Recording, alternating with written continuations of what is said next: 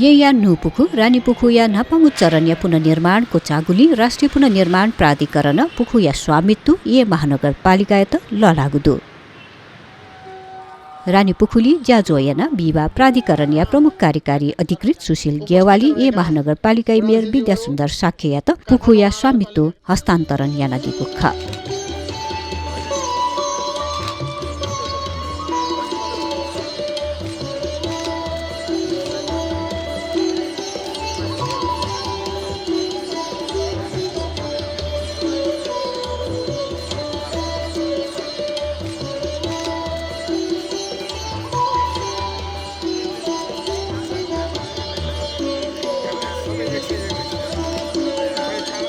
ज्याजोले ये महानगरपालिका मेयर विद्यासुन्दर साक्य पुनर्निर्माण या जिम्मेवारी प्राधिकरण कासान महानगरपालिका डिजाइन कथा पुखोया पुनर्निर्माण जुगु थैदिल काठमाडौँ महानगरपालिकाले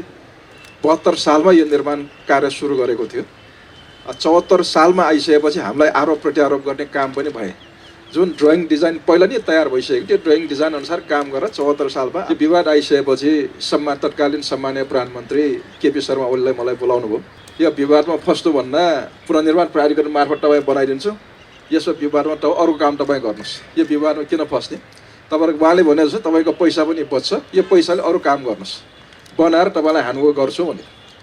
तर मैले त्यो बेला एउटा सर्ट राखेको थिएँ जुन हामीले कार्यपालिकाले नगरसभामा विषय उठाएको थिएँ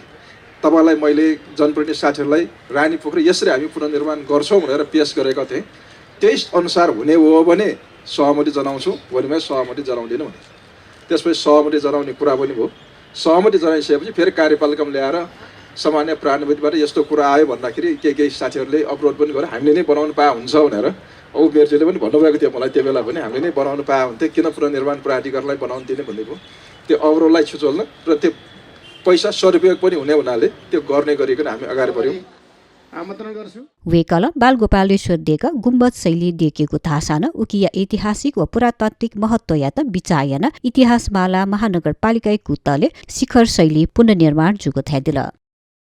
पहिला पनि अलिकति समस्या थियो बुझ्ने र बुझाउने यो पुनर्निर्माण के हो कसरी गर्ने अलिअलि समस्या थियो जस्तै यही शिखर शैली बनाउने कि यो गुम्बद शैली बनाउने हाम्रो निर्णय थियो शिखर शैली बनाउने भन्दैछिन् तर केही चाहिँ पहिला जस्तो छ त्यस्तै बनाउनु पर्छ भन्ने एक थरी थियो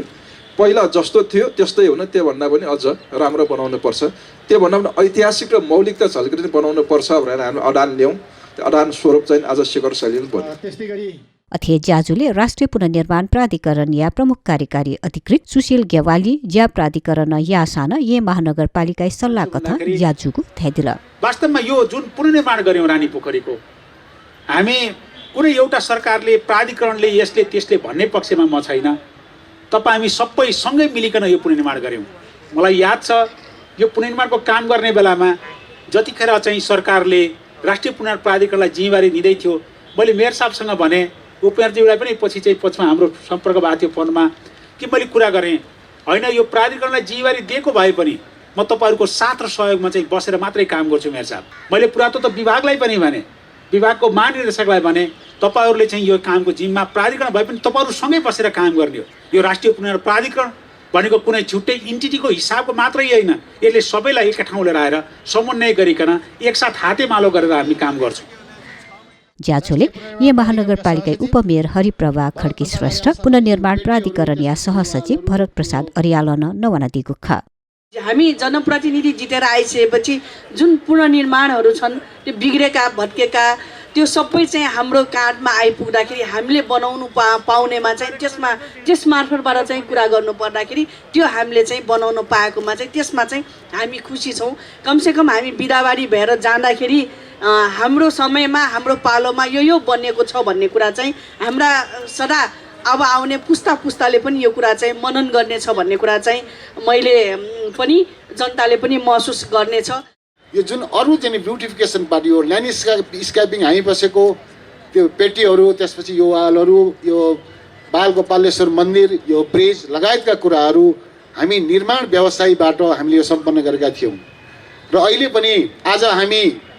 सकेसम्म दुईटै भित्री र बाहिरी खण्ड नै सम्पन्न गरेर महानगरलाई ह्यान्डओभर गरौँ भन्नेमै थियौँ र यो दुईटै सकेपछि नै ह्यान्डओभर गर्दाखेरि उपयुक्त हुन्छ भनेर हामीले वास्तव महानगरले अनुरोध गर्दा गर्दै पनि हामी केही समय सकेर जाउँ भन्दा भन्दै अलिकति हामी करिब 90% भौतिक प्रगति हाम्रो बाहिरी खण्डको पनि भइसकेको छ र आजको दिनमा अब राष्ट्रिय पुनर्निर्माण प्राधिकरणको जुन भोलिबाट अन्तिम दिन छ र यो 100% सम्पन्न हुन अलिक कठिनाइ भएको हुँदाखेरि आज हामीले यो महानगरलाई यो भित्री खण्डलाई चाहिँ हस्तान्तरण गर्दैछौँ भने बाहिरी खण्ड अब हामी केही त्यो बाँकी काम सहित शहरी विकास मन्त्रालयबाट सम्पन्न गरिसकेपछि शहरी विकास मन्त्रालयबाट नै महानगरलाई पछि ह्यान्डओभर हुनेछ भन्ने म निवेदन गर्न चाहन्छु। पुखुया स्वामित्व हस्तान्तरण ज्याजो राष्ट्रिय पुनर्निर्माण प्राधिकरणीय सचिव सुशील चन्द्र तिवारीया सभानायसी जुगुख। हामी सबैको प्रयासबाट एउटा पुनर्निर्माण प्राधिकरण त वास्तवमा एउटा माध्यम मात्र हो, किनभने यसले फाइनेन्सियल सोर्स सङ्घीय सरकारबाट भयो, त्यसपछि हामीले केही प्राविधिक सहयोग जुटायौँ भने यस पुनर्निर्माणमा वास्तवमा उपभोक्ता स्थानीय उपभोक्ता समितिको महत्त्वपूर्ण योगदान रहेको छ र साथसाथै यसमा निर्माण व्यवसायहरूले पनि सहयोग गर्नुभएको छ। त्यसकारण हामी सम्पूर्ण स्थानीय समुदाय लगायत स्थानीय तह सङ्घीय सरकार प्रदेश सरकारबाट हामीले केही सहयोग हामीले केही कुनै महत्त्वपूर्ण सुझावहरू पाएका छौँ। ती सबैको प्रयासबाट वास्तवमा यो सम्पन्न भएको। रानीपुखुया पुनर्निर्माण यज्ञ उपभोक्ता समिति गठन याना 2075 साल फागुन 20 गते न्यागु खासा थौने थुकिया पुनर्निर्माण ज्या कोचागु ख।